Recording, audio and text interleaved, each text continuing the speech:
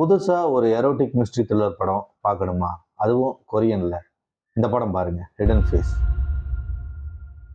இந்த படம் பார்க்கும்போது எங்கேயோ பார்த்த மாதிரி இருக்கேன்னு தோணிக்கிட்டே இருந்துச்சு. அது என்ன படங்கிறத கடைசியில் சொல்றேன்.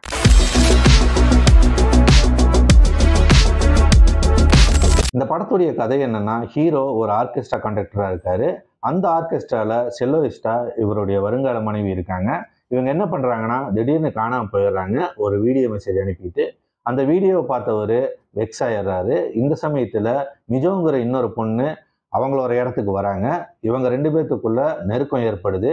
இதுக்கப்புறம் அந்த தொலைஞ்சு போனவங்க என்ன ஆனாங்க, இந்த மிஜோ யாரு, இவங்களுக்குள்ள என்ன நடந்தது, இதெல்லாம் தான் இந்த படத்துடைய மீதி கதை. இது ஒரு எரோட்டிக் த்ரில்லரு. அதாவது இந்த மாதிரி தீம் எல்லாம் கொரியனுக்கே உண்டான ஒன்று.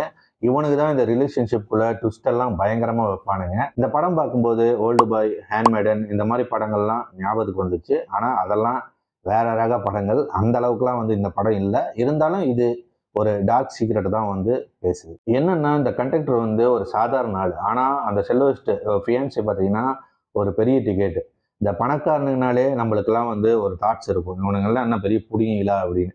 அந்த மாதிரியான ஒரு தாட்ஸ் தான் இந்த படம் பார்க்கும்போது இருந்துச்சு. ஆனா இவன் என்ன பண்றான்னா, இவன் நம்மளை கண்டுக்கவே மாட்டேங்கிறான், இவனை நம்ம வழிக்கு கொண்டு வரணுங்கிறதுக்காக இவன் ஒரு பிளான் பண்றான். அது என்னங்கிறதெல்லாம் நீங்க படம் பார்த்தே தெரிஞ்சுக்கோங்க. அங்க நடக்கிற சம்பவங்கள்லாம் பார்க்கும்போது அந்த ஃபியான்சே மேல நம்மளுக்கே ஒரு பரிதாபம் வரும்.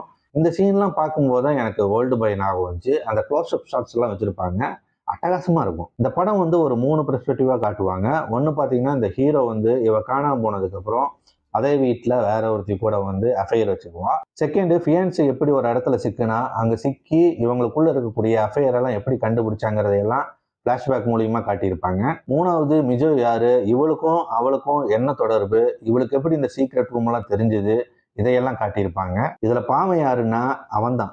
வேற வழி இல்லை, என்ன பண்றது. ஆக்டிங் எல்லாம் வெறித்தனமா இருந்தது. சீட்டேஜ் கொண்டு போயிருக்காங்க. அந்த அளவுக்கு அட்டகாசமா பண்ணியிருக்காங்க. அதுவும் அந்த இதை திருப்புற சீன்லாம் அட்டகாசமா இருக்கும். நிறைய சீன்ஸ் சூப்பர் சூப்பர் சீன்லாம் இருக்கு இதுல. அதே மாதிரி மேட்ரு சீனுமே இருக்கு. அது பாத்தீங்கன்னா 2 ஆங்கிளில் காமிச்சிருப்பாங்க. அது என்னங்கிறது நீங்க படம் பார்த்து தெரிஞ்சுக்கோங்க. அதே மாதிரி ஷூபர்ட்டோட பீசஸ் எல்லாம் பேக்ரவுண்ட் ஸ்கோர்ல அங்கங்க சேர்த்திருக்காங்க. அட்டகாசமா இருந்துச்சு. எனக்கு என்ன தோணுச்சுன்னா, கொஞ்சம் இழுத்துட்ட மாதிரி தெரிஞ்சுச்சு. அதை மட்டும் கொஞ்சம் ட்ரிம் பண்ணியிருக்கலாம். இருந்தாலும் படம் எங்கேயுமே போர் அடிக்காம நல்லாவே போச்சு. இது ஒரு ரீமேக்னு நம்பவே முடியல. முன்னாடி சொன்ன மாதிரி இவனுக்கு தான் இப்படியெல்லாம் எடுப்பானுங்க. ஆனா 2011லயே ஸ்பானிஷ்ல த ஹிடன் ஃபேஸ்ன்னு எடுத்துட்டானுங்க. அதோடைய ரீமேக் தான் இந்த படம். கண்டிப்பா பாருங்க. ட்விஸ்ட் மேல ட்விஸ்ட் இருக்கிற ஒரு எரோட்டிக் மிஸ்ட்ரி த்ரில்லரு வர்த்து.